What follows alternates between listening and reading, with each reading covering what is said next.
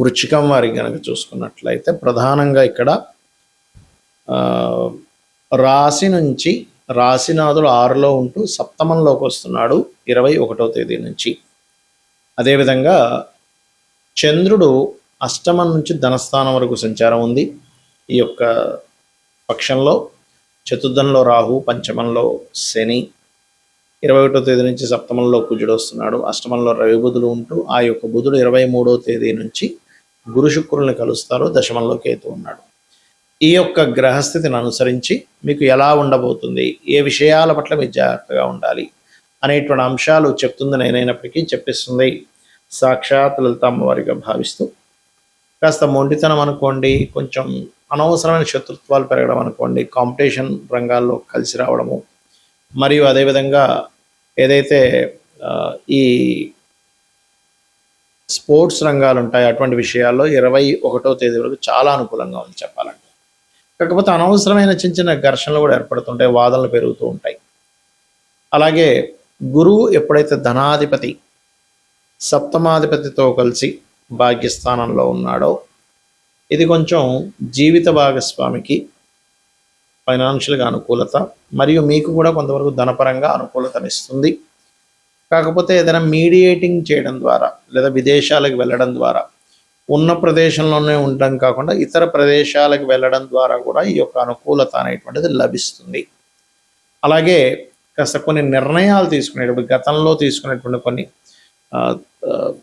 అంటే తొందరపడి తీసుకున్న నిర్ణయాలు ఏవైతే ఉంటాయో ఇప్పుడు గురుదృష్టి పంచమం మీద పడుతుంది కాబట్టి అటువంటి విషయాల్లో కొంత మీకు రియలైజేషన్ రావడము, అరే నేను అనవసరంగా అప్పుడు ఆ నిర్ణయం తీసుకున్నాను అనేటువంటి ఇవి ఇక్కడ కనిపిస్తాయి. విదేశాలకు వెళ్ళి చదువుకుందాం అనుకునేటువంటి వారికి ఆ యొక్క కోరిక నెరవేరుతుంది. మరియు విదేశాల్లో పిఆర్, విదేశాల్లో గ్రీన్ కార్డు హోల్డర్ అవ్వాలనుకునేటువంటి వారు కూడా ఇప్పుడు ఉండేటువంటి గ్రహస్థితి చాలా అనుకూలంగా ఉంది చెప్పాలంటే. ఇక మీరు గమనించుకున్నట్లయితే శుక్రుడు గురు మరియు బుధ గ్రహాలతో కలిసి ఉన్నాడు కాబట్టి ఇక్కడ రెండో వివాహం కోసం కొంతమంది చూడండి, మొదటి వివాహం ఏదైనా కొన్ని దురదృష్టవశాత్తు డివోర్స్ అవ్వడము, చనిపోవడం ఏదో జరుగుతూ ఉంటుంది. అటువంటి వారికి సెకండ్ మ్యారేజ్ కోసం చేసే ప్రయత్నం ఏదైతే ఉందో ఖచ్చితంగా అది మీకు ఫలిస్తుంది. ఇక మీరు నిత్యము కాలభైరవుడి యొక్క అష్టకం చదువుకోండి, వీలైతే గోవు కాస్త బెల్లం తినిపించండి, అన్ని విధాలా మీకు బాగుంటుంది. గోచార ఫలితాలు ఒక ఎత్తు అయితే మీకు ఎప్పుడైనా గుర్తుపెట్టుకోండి, మీ జన్మజాతకంలో అసలు ఏ కాంబినేషన్స్ ఉన్నాయని చూసుకోవాలి. అంటే ఎంతసేపు మనం జనాలకి బేసిక్కే అలవాటు అయిపోవడం వల్ల ఏలినాటి శని ఉందా లేదా ఇదే బేసిక్గా చూసుకుంటుంటారు. ఏలినాటి శని ఉందా, అర్ధాష్టమ శని ఉందా, అష్టమ శని ఉందా. రెండవది ఏమిటి అంటే వీటితో పాటు కాలసర్పయోగం ఏమైనా ఉందా, సర్పదోషాలు ఏమైనా ఉన్నాయా, మాతృదోషాలు ఉన్నాయా, పితృదోషాలు ఉన్నాయా, ఇవి చూసుకుంటారు. ఇవి నేను తప్పు అనట్లేదు, కానీ ఏలినాటి శని అనేటువంటిది ఏంటంటే మనకి ఇప్పుడు ఏ ఏ రాశుల వారికి నడుస్తుంది చూసుకుంటే కుంభము, మీనము, మేషం వారికి ఏలినాటి శని, సింహం వారికి అష్టమ శని, ధనస్సు వారికి అర్ధాష్టమ శని. రైట్. శని ఎప్పుడు కూడా ఏం చేస్తాడు అంటే మీకు ఒకటే గుర్తుపెట్టుకోండి, మీకు శని అనేటువంటిది కొంత ఆలస్యం అవుతున్న కొత్త విషయాలు నేర్పిస్తాడు, ఒక శ్రమనిస్తాడు. ఇప్పుడు ఎలా అయితే ఒక రాజు తను రాజ్యాన్ని వెళ్ళాలంటే ముందు యుద్ధం చేయాలి, యుద్ధం చేస్తేనే రాజ్యం వస్తుంది. అలాగే ఒక మనిషికి కొన్ని విషయాలు ఒక స్టేజ్కి వెళ్ళాలంటే కొన్ని విషయాలు అనుభవంలోకి రావాలి, అనుభవాలను ఇస్తాడు. అంతేగాని ఇంకా ఏమీ అన్నీ పోతాయి, అన్నీ చాలా విభత్సం అయిపోద్దని అనుకోకండి దయచేసి. అనుభవాన్ని ఇస్తాడు, దాని మీద యాక్సెప్ట్ చేయగలగాలి. అదేవిధంగా కాలసర్ప దోషం అనేటువంటి జన్మజాతకానికి అప్లై చేయకూడదని శాస్త్రంలో ఉంది కాలానికి సంబంధించిన విషయంలో. ఎందుకంటే నేను గతంలో చాలాసార్లు చెప్పాను, 170-180 మంది ప్రెసిడెంట్లకు ఉంది కాలసర్ప దోషం, మెగాస్టార్ చిరంజీవికి ఉంది, చాలామందికి ఉందని చెప్పాను, పెద్ద పెద్ద వాళ్ళకి, మల్టీమిలియనర్కి. మరి వాళ్ళందరూ ఎలా అయ్యారు? మరి కాలసర్ప దోషం ఉంటే ఎందుకు పనికి రాకుండా పోవాలి కదా అనే విషయాన్ని గుర్తుపెట్టుకోండి. ఇక జనరల్ సర్పదోషాలు మీరు కాళహస్తికి వెళ్ళడమో లేకపోతే రావి చెట్టు ప్రదక్షిణం చేసుకోవడం వల్ల పోతుంది. అదేవిధంగా మాతృదోషం, పితృదోషం పూర్వజన్మల్లో మనం చేసినటువంటి కొన్ని దోషాలు ఉంటాయి. అంటే తల్లిని సరిగ్గా చూసుకోకపోవడం వల్ల మాతృదోషము, పితృదోషం అనేటువంటిది పితృదేవతలు సరిగ్గా చేయకపోవడం వల్ల, సంతానాన్ని సరిగ్గా చూసుకోకపోవడం వల్ల, తండ్రికి ఇవ్వాల్సిన గౌరవం ఇవ్వకపోవడం వల్ల, ఇట్లాంటి వాటి వల్ల జరుగుతుంది. ఇలా చాలా ఉన్నాయి. స్త్రీ దోషం ఉంటుంది శుక్రుడు పాడైతే. అయితే ఇక్కడ ఏంటంటే ఏ గ్రహం పాడవడం వల్ల ఏ కాంబినేషన్ వల్ల వచ్చిందంటే శుక్రుడు పాడయ్యాడు, స్త్రీ దోషం. ఏమి కంగారు పడద్దు, చక్కగా సాటి స్త్రీలని, అది స్త్రీ అయినా పురుషులైనా గౌరవించడం నేర్చుకోండి. వాళ్ళ పట్ల మరలా అవహేళనగా ఉండడం, వాళ్ళని ఏడిపించడం, వాళ్ళు ఏడిచేలా మీ వల్ల వాళ్ళు ఏడవడం చేస్తే మళ్ళీ ఆ స్త్రీ దోషం ఇంకా పెరుగుతుంది. మాతృదోషం ఉంది, ఇంకా మీ తల్లిగారు ఇంకా ఎక్కువ బాధపడుతున్నారు మీ వల్ల ఈ జన్మలో కూడా, అది ఇంకా ఇంకా కొన్ని వందల జన్మలకి కంటిన్యూ అవుతుంది. పితృదోషం కూడా అంతే. పితృదేవతలకి గతంలో తెలియక చేయలేదు, అది పితృదోషంగా వచ్చింది. అప్పుడు ఆ పితృదోష సంబంధించినట్టు స్వయం పాకం ఇవ్వడము, లేకపోతే ఏదైనా గయా లాంటి ప్రదేశాలు వెళ్ళి అక్కడ పితృతర్పణాలు చేయడం, లేకపోతే నిత్య పితృతర్పణాలు చేయడం, లేదా అమావాస్య నాడు పితృదేవతల కోసం వదలడం చేయాలి. అంతేగాని ఏదో అయిపోతుందని కాదు. ఇక్కడ ఏంటంటే మీకు లగ్నం నుంచి 12 భావాలు అనేటువంటివి ఉంటాయి. లగ్నం ఏమిటి, లగ్నం యొక్క స్థితి ఏమిటి, మీ యొక్క ఎదుగుదల, మీ లైఫ్లో ఎందుకు ఎప్పుడు అప్ అండ్ డౌన్స్ వస్తాయని చెప్తుంది.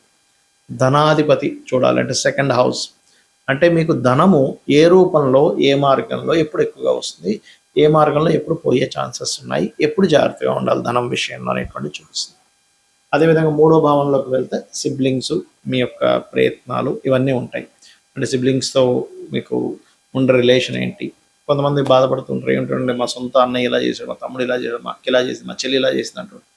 అది పూర్వజన్మల్లో ఉన్నటువంటి కొన్ని కర్మలు వెంటాడుతూ ఉంటాయి ఆ రూపంలో వచ్చి. మన కర్మలన్నీ కూడా మన తల్లిదండ్రులు, పిల్లలు, అన్నదమ్ములు, అక్క చెల్లెళ్ళు, స్నేహితులు, దాయాదులు వీళ్ళ రూపంలోనే వస్తారు, గుర్తుపెట్టుకోండి. ఇవి ఎక్కడి నుంచి తప్పించుకోలేరు. ఇంకా తప్పించుకుందామని ప్రయత్నం చేసినప్పుడు రోగ రూపంలో వస్తుంది కర్మ.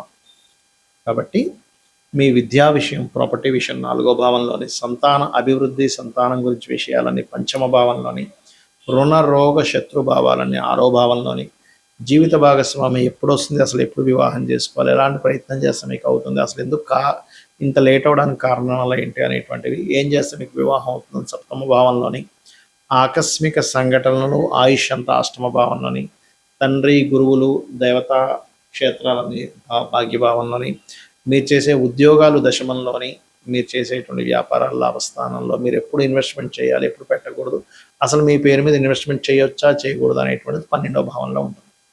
ఇలా 12 హౌసెస్ ఉంటాయి ఆస్ట్రాలజీలో. ఈ 12 భావాల్లో ఏ గ్రహం ఉంది, ఆ గ్రహ అధిపతి పరిస్థితి ఏమిటి, పిఏసి అంటారు, అంటే ప్లేస్మెంట్, ఆస్పెక్ట్ అండ్ కంజంక్షన్. అంటే ఏ గ్రహం ఎక్కడుంది, ఏ గ్రహంతో చూడబడుతుంది, ఏ గ్రహంతో కలిసి ఉంది, దాని వలన ఆ యొక్క గ్రహం యొక్క బలాబలాల్లో మార్పులు వస్తాయి. అంటే చిన్న ఎగ్జాంపుల్ చెప్తా చూడండి. ఇప్పుడు ఒక మనిషి ఉన్నాడు, అతను చిన్నప్పటి నుంచి అతని ఫ్రెండ్ సర్కిల్ కానీ అతనికి చెప్పే వాళ్ళు ఎవరూ సరిగ్గా లేక చదువుకోలేదు అనుకుందాం, కాసేపు సరిగ్గా చదవలేదు, చదవకపోవడమే కాకుండా అతను తెలివితేటలు కూడా బిల్డప్ చేసుకోలేకపోయాడు. అంటే కొంతమంది ఎవరితో అయితే కలవకూడదు వాళ్ళతో వెళ్ళి ఫ్రెండ్షిప్ చేశాడు, దాని తర్వాత అనవసరమైన వ్యసనాలకు గురయ్యాడు, దాని తర్వాత అనారోగ్యంతో ఇబ్బంది పడ్డాడు, ఎక్కువ వ్యసనాల వల్ల. రైట్. అంటే ఏంటి, ఒక మనిషి ఎలా అయితే ఎవరితో కలిశాడో, ఎవరి ఇన్ఫ్లుయెన్స్లోకి వెళ్ళాడో, ఎక్కడ నివసిస్తున్నాడో అనే ఎఫెక్ట్ ఎలా ఉంటుందో, అదేవిధంగా ఒక మనిషి మంచి తల్లిదండ్రులు, చెప్పేవాళ్ళు బాగున్నారు, బాగా ఇంటెలిజెంట్, బాగా చదువుకున్నాడు, మంచి వ్యాపారం పెట్టాడు, మంచి ఉద్యోగంలో జాయిన్ అయ్యాడు, లైఫ్ మంచి భార్య పిల్లలు వచ్చారు, లైఫ్ అంతా అద్భుతంగా ఉంది, మంచి గుర్తింపు ఉంది.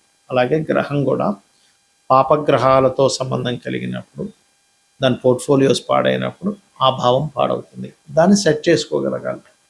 లేదా శుభగ్రహ సంబంధాలు వచ్చినప్పుడు ఆ భావం బాగుంటుంది, అదంతా ఫ్రూట్ఫుల్ ఇస్తుంది. ఇదంతా పూర్వజన్మ కర్మ వల్ల వస్తుందని అర్థం చేసుకుంటూ కనీసం ఈ జన్మలో అయినా తెలిసి ఎటువంటి బ్యాడ్ కర్మలు చేయకుండా ఉండాలి. శ్రీమాత్రే నమః.